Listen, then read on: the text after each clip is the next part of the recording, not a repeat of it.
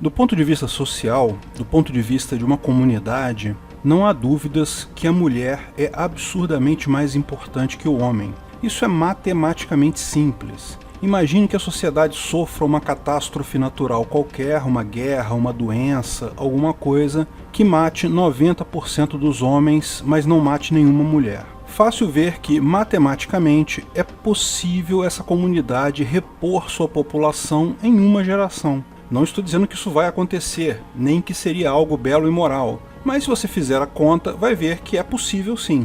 Agora, imagine o contrário, que tal doença, guerra ou catástrofe natural matou 90% das mulheres, mas nenhum homem. Provavelmente, essa comunidade vai levar muitas e muitas gerações para recuperar seus números, por mais que todos se empenhem ao máximo em perpetuar a espécie. Nossa espécie, queiramos ou não, é assimétrica no que se refere à reprodução da espécie. Mas não é só isso.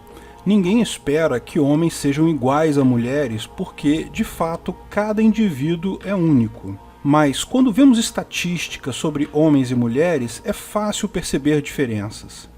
Homens são, na média, maiores que mulheres. Mulheres vivem, na média, mais do que homens. Mulheres, na média, estudam mais do que homens. Homens, na média, são mais fortes fisicamente. Mas as diferenças vão além de características físicas. Mulheres, na média, têm maior capacidade de comunicação social, de empatia, ao passo que homens, na média, tendem a ser melhor em habilidades mecânicas e espaciais, mexer com objetos, com coisas. Lógico, isso não quer dizer nada sobre uma mulher ou um homem específico. Existem mulheres mecânicas extremamente habilidosas, assim como há homens extremamente competentes em capacidade de comunicação social. Da mesma forma, existem homens extremamente estudiosos e mulheres extremamente fortes em esporte. De novo, isso não quer dizer nada sobre um indivíduo em particular, mas é um fato que, na média, existem diferenças. Agora, se tem tantas diferenças entre homens e mulheres,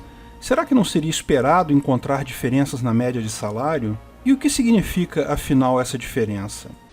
Antes de continuarmos o vídeo, aproveite para curtir e se inscrever na página. Clique no sininho para ser avisado de novos vídeos.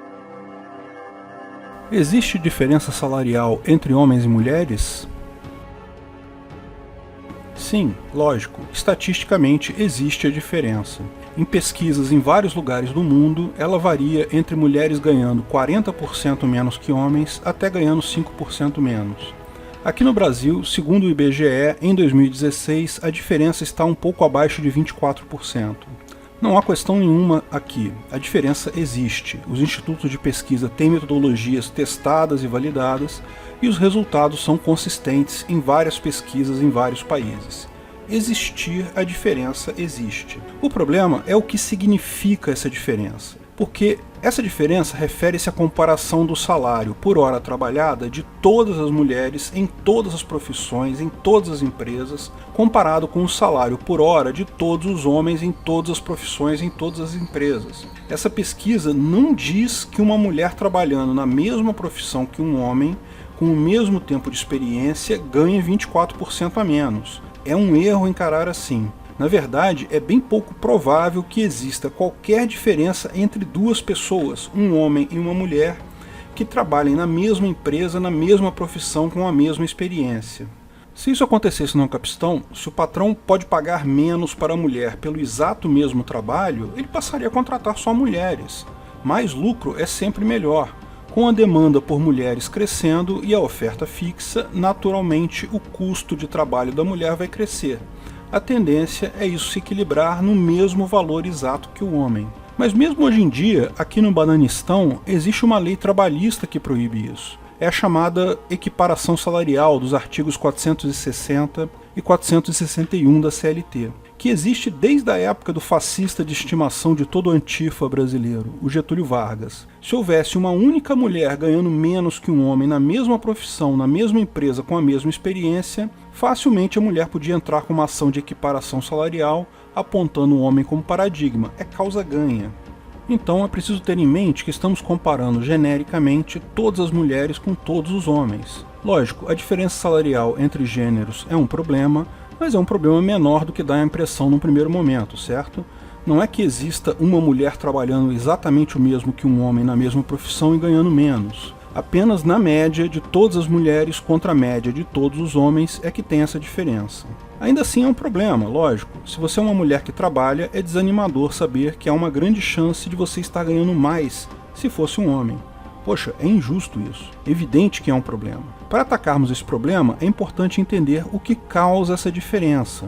Uma explicação comum é que se trata de mais uma forma de preconceito contra mulheres no mercado de trabalho. Vamos lembrar que há coisa de 100 anos atrás, em boa parte do mundo, mulheres eram proibidas de trabalhar. Existem países no Oriente Médio em que mulheres ainda precisam de autorização do pai ou do marido para poder trabalhar. Mesmo depois disso não ser mais proibido aqui no Brasil, ainda era muito incomum mulheres trabalharem há 2 gerações atrás, há coisa de 50 anos, por pressão social. Lugar de mulher é na cozinha, e besteiras desse tipo não eram frases toscas como vemos hoje, mas ditos populares mesmo, há coisa de 50 anos. Então, quando se encontra uma diferença dessa em desfavor da mulher, pode realmente acender uma luz de alerta. Será que não se trata de uma conspiração de homens para desestimular mulheres a trabalhar? Não estaria o patriarcado tentando retomar o controle e forçar as mulheres a uma vida doméstica contra a vontade delas?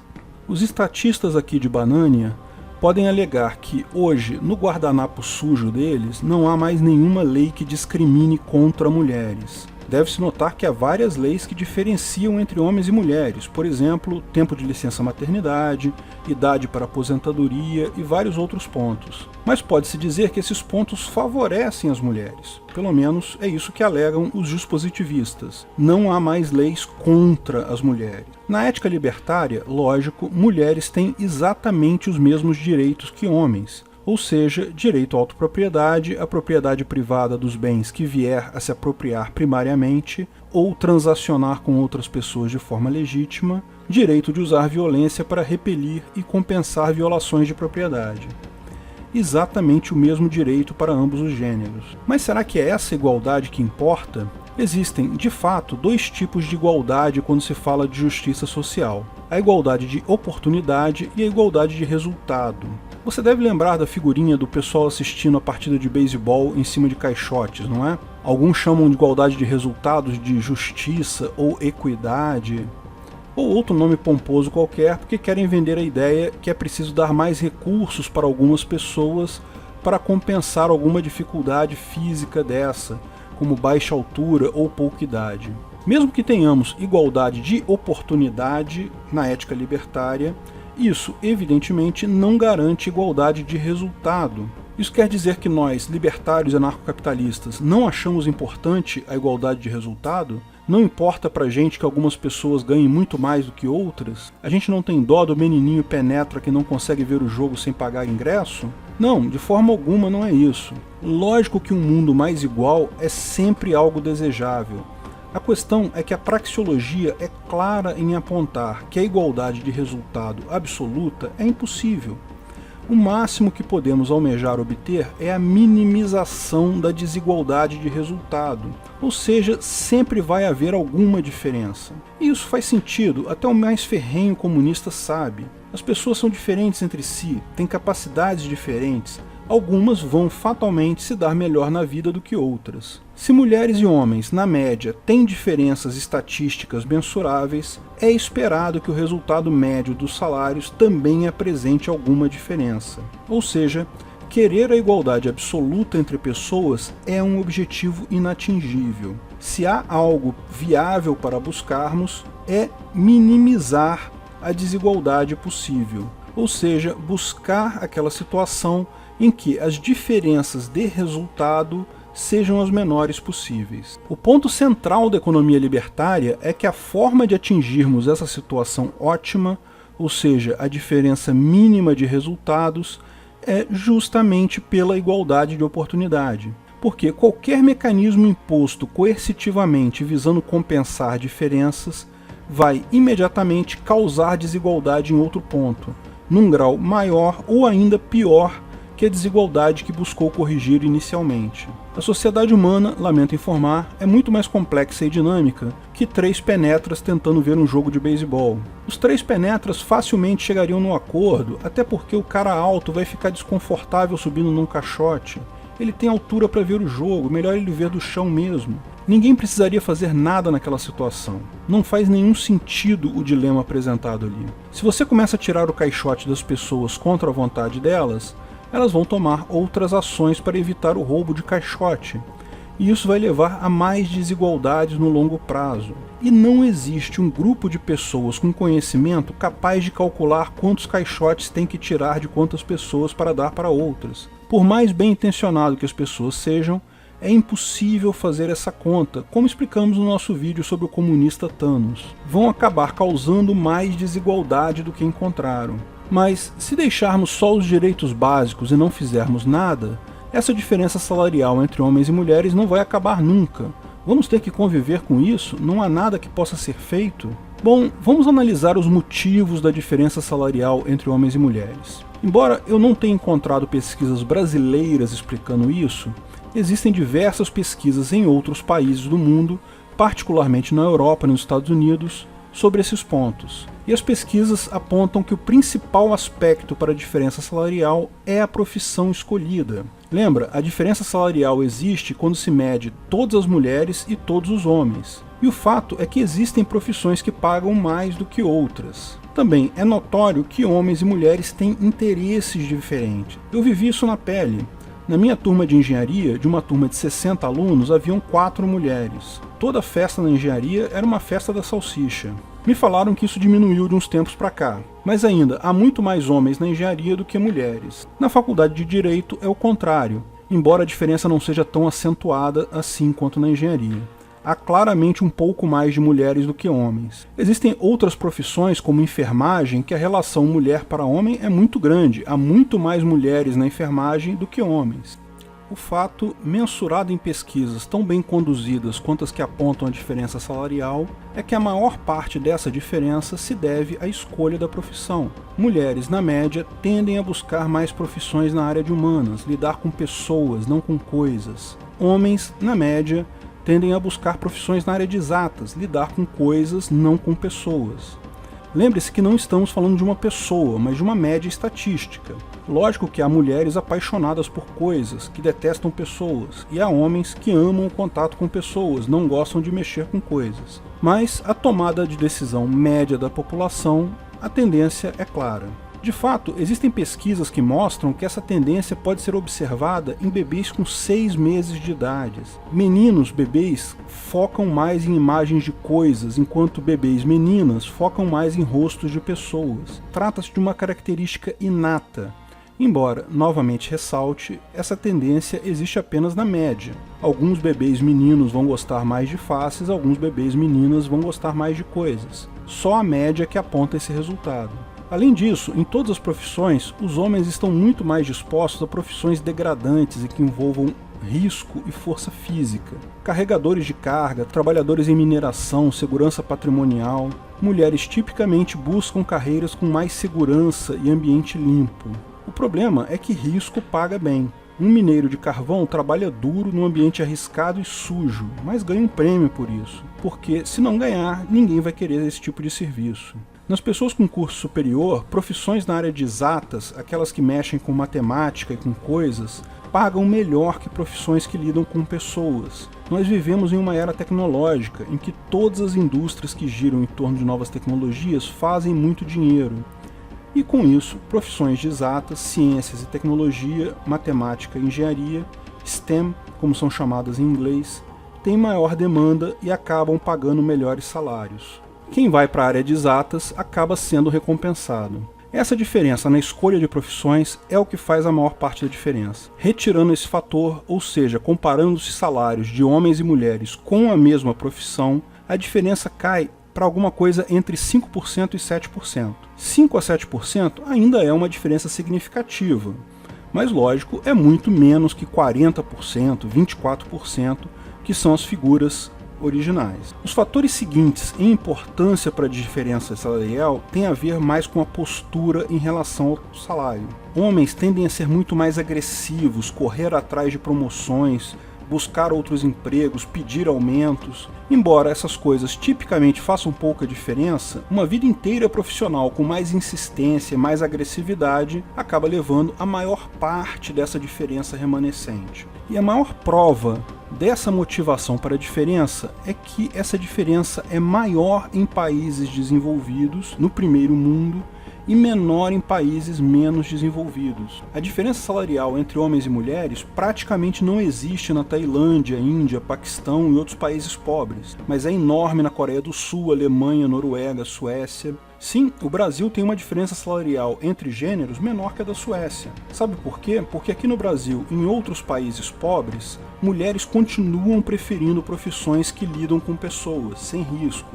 Mas uma fração considerável das mulheres leva em consideração que precisa de uma profissão que paga mais, porque aqui ela vai precisar ajudar os pais, ajudar o marido ou ajudar no sustento da casa. Então, se tiver que escolher um emprego de motorista de caminhão que paga bem versus um emprego de secretária de dentista que paga mal, mulheres vão acabar optando pela carreira que não gostam, vão dirigir caminhão, para ganhar mais. Na Suécia, a rede de assistência social é tão boa que ninguém se preocupa em ganhar mal. A mulher pode escolher com mais liberdade, sem pressão de precisar de dinheiro e, olha só, se ela escolhe voluntariamente, ela tende a escolher a área de humanas, algo que vai fazer menos dinheiro e vai aumentar a diferença salarial com os homens. Tem um documentário norueguês lançado há alguns anos que é muito bom, chamado Brainwatch. O cara é um comediante, mas que faz uma pesquisa séria e levantou basicamente os mesmos pontos colocados aqui. Esse documentário causou furor lá na Noruega e levou o governo da Noruega a cancelar o órgão governamental que visava resolver o problema da diferença salarial no país, porque ficou claro que não é um problema, é uma escolha voluntária. Talvez sempre exista diferença de salário médio de homens e mulheres por causa da escolha de profissão. Mas você, mulher jovem, que ainda não escolheu sua profissão, pode facilmente resolver o problema optando por uma carreira que pague bem. E seja agressiva na busca de salários e promoções ao longo da sua vida profissional, porque isso, no final das contas, faz 5% de diferença. Agora, lembra que eu mencionei que essas pesquisas eu não encontrei no Brasil? Tem uma pesquisa que aponta a diferença salarial, mas não a decomposição do que causa essa diferença. Eu tenho uma suspeita de por que não existe tal explicação aqui. E tem a ver com a nossa legislação positivista, em que um monte de pessoas no governo, em nome de resolver o problema, impõe um monte de regras para consertar o livre mercado. Afinal, o patrão é sempre mau e vai sempre prejudicar as mulheres, certo? Como já falei em outros vídeos, qualquer regulamentação imposta coercitivamente a uma relação voluntária entre duas pessoas, o custo dessa regulamentação vai ser pago pela parte mais fraca, pelo motivo óbvio que a parte mais forte pode até perder dinheiro em uma ou outra interação, mas vai acabar contabilizando isso no custo e repassando isso para a parte mais fraca. Sou capaz de apostar que um fator grande de diferença salarial entre gêneros no Brasil é causada pelas leis que são criadas visando proteger as mulheres. A mulher que engravida aqui no Brasil tem estabilidade de 1 ano. A Justiça do Trabalho reconhece agora que até emprego temporário, a mulher entrou sabendo que era algo temporário. Se engravidou, ganha estabilidade por 1 ano. Uma regulamentação com um custo enorme para a empresa. Lógico, no longo prazo, o custo dessa regulamentação cai no colo da parte mais fraca. Patrão é mal mesmo, eu sei disso. Empregado é um coitado. Muitas vezes sim, é verdade. Mas o que as pessoas falham em perceber é que impor coercitivamente uma regra é incapaz de mudar isso. Só vai gerar uma reação em sentido contrário no longo prazo. O patrão vai incluir esse custo no momento de contratar uma mulher que pode engravidar. Ele tem que fazer isso. Porque se não fizer, as contas não fecham e ele quebra. Isso fatalmente faz o patrão, ao escolher entre 2 profissionais igualmente qualificados, mas um deles pode engravidar e o outro não, é melhor ele não correr o risco. Isso leva a uma demanda menor por mulheres e fatalmente menor demanda leva o custo para baixo, ou seja, salários mais baixos para elas. Isso é um problema do Brasil. Outros países não têm legislação tão restrita dessa forma. E lógico, a resposta de muitos vai ser: ah, mas tem que processar esse patrão, obrigar ele a não escolher de forma discriminatória. Ou seja, você está dizendo que a gente deve dobrar o custo dessa regulamentação. Mas você lembra o que eu disse, né? O custo dessa regulamentação vai sempre ser pago pela parte mais fraca. Aumentar esse custo vai prejudicar mais ainda a mulher, não o patrão. Lutar contra isso é como lutar contra a lei da gravidade. Você pode até dar uns pulinhos no ar, mas no final a gravidade sempre ganha. Além disso, você entendeu que não é discriminação contra a mulher por ela ser mulher, certo? É discriminação contra uma legislação ultrapassada, arbitrária e desnecessária, que inclui o risco de uma ação para uma parte, sem essa parte ter qualquer relação causal ou previsibilidade do ato. Emprego não pode ser visto como uma benesse para o empregado. Se o empregado precisa de mais tempo para cuidar da família, então não importa se o patrão tem culpa ou não nisso, ele precisa pagar por isso. Emprego não é benesse. Emprego é uma relação de troca voluntária, que precisa ser boa e lucrativa para ambas as partes. A melhor forma de diminuir a desigualdade de salários é a igualdade de direitos. Absolutamente nenhum direito diferente para ninguém. Por mais que se possa ressaltar alguma fragilidade ou particularidade que possa justificar tal benefício. No final das contas, havendo direitos básicos iguais, como prevê a ética libertária, tudo depende apenas e tão somente da ação humana, das decisões que tomamos ao longo da nossa vida. As ações e decisões que tomamos na vida é o que, em última análise, determina o quanto vamos ganhar de salário na vida, para o bem ou para o mal. Ações de outras pessoas podem nos prejudicar ou ajudar, mas ao longo da vida você vai receber sempre alguma ajuda e sempre alguma puxada de tapete, mais ou menos na mesma medida. O que importa, no final das contas, são as suas ações. Obrigado por assistir nosso vídeo. Comente abaixo se tiver dúvidas ou sugestões de novos temas.